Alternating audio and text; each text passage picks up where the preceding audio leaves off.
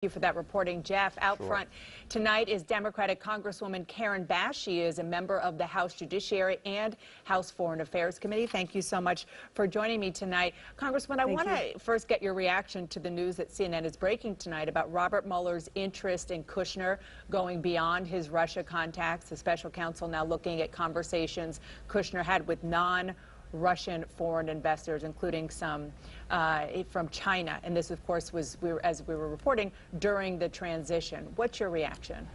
Well, my reaction to it, I mean, it'll be interesting to see how it develops, but my first reaction is that it's such an extreme conflict of interest, and it just seems as though it makes him completely compromised. Maybe it's one of the reasons why he has been unable to complete his security clearance, but if you think about what his responsibility is within the administration on the foreign affairs angle, from the Middle East, you know, et cetera, to be $1 billion in debt and to possibly be fundraising before he goes into the White House. And who's to say that that's not to continue?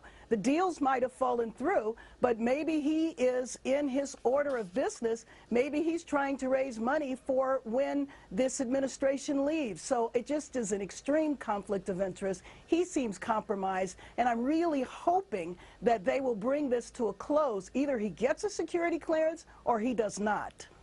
Congressman, I just want to add that, that this reporting is about the transition, and before joining the administration, Kushner said that he was working to divest his interest in the Kushner companies, including 666 Fifth Avenue, that investment that we were talking about. But I want exactly. I want to play. Go ahead. Go ahead. Who's to say that that didn't continue after the transition? And also the fact that he is known to make more requests of intelligence information than anybody else except for the people on the National Security Council. Are you saying that you don't believe that he divested? I'm saying who's to say, even if he did divest, that doesn't mean that he couldn't continue with his contacts with foreign governments. It's interesting that after they did take office, Ivanka was able to get several trademarks from China. It just raises all of the questions about the role of the family in the White House. That's the main point I'm making. And Congressman, I want to play again what President Trump said in July. He drew a red line in this investigation. Listen to what he said. Mueller was looking at your finances, your family's finances, unrelated to Russia. Is that a red line? Would that be a breach of what his actual... I would say yes. Yeah, I would say yes. And he went on to say, I think that's a violation. Look, this is about Russia.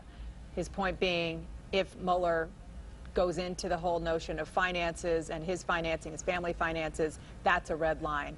Does that concern you when it comes to Mueller's ability to keep his job and questions about whether the president could fire him?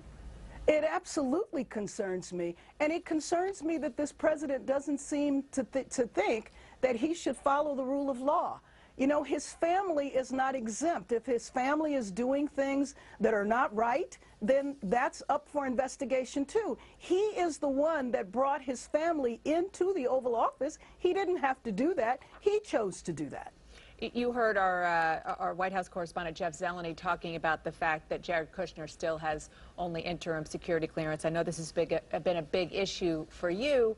The fact that the White House Chief of Staff ordered that top-level security clearances be discontinued for any staffer whose background investigation or adjudication process has been pending since before last June. Kushner's clearance is pending. Exactly. That is an open question about what it's going to mean for Kushner. I do want to just show you what Kushner's attorney said in a statement about this. He said, my inquiries to those involved again have confirmed that there are a dozen or more people at Mr. Kushner's level whose process is delayed, that it is not uncommon for this process to take this long in a new administration, that the current backlogs are being addressed, and no concerns were raised about Mr. Kushner's application. It is true that it can take a long time for anybody to get their full security clearance. Do you think that, and do you have any indication that this is just part of the normal process? Well, from my understanding, it is absolutely not part of the normal process. We are talking about 13 months now, and we are talking about, as I understand, over 100 people in the administration who have not completed the process. But remember about Jared Kushner. Remember that he has had to make several amendments to his clearance, to his application, and so issues have been raised from day one. So it is not my understanding at all that somebody of his level who makes consistent requests for classified information can have a position like this. Now, the interesting thing is going to be who is going to win. Is it going to be the chief of staff? Will the president listen to the chief of staff, or will the president overrule his chief of staff? That's going to be the issue that we'll find out before the week is over. We sure will. I want to ask you about one other thing regarding Russia, and that's something that the president tweeted today. He tweeted, quote, Obama was president up to and beyond the 2016 election. So why didn't he do something about Russian meddling? Now, we know now that the Russian operation to mess with the 2016 election started in 2014. It was halfway through President Obama's second term. Do you think that President Obama should have done more?